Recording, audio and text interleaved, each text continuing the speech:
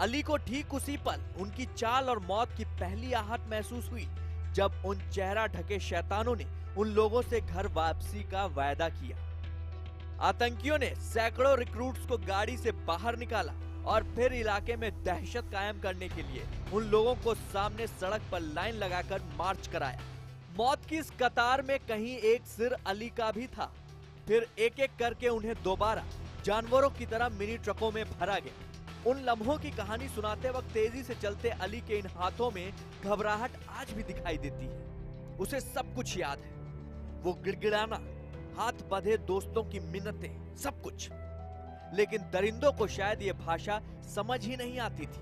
छोटे छोटे टुकड़ों में बांटने के बाद मौत बांटने का सिलसिला शुरू हुआ। कुछ लोगों को गड्ढों में भरा गया और उन पर गोलियों की बौछार करके मौत के घाट उतार दिया गया, तो किसी ग्रुप के लोगों को कत्ल करके नदी में बहा दिया गया।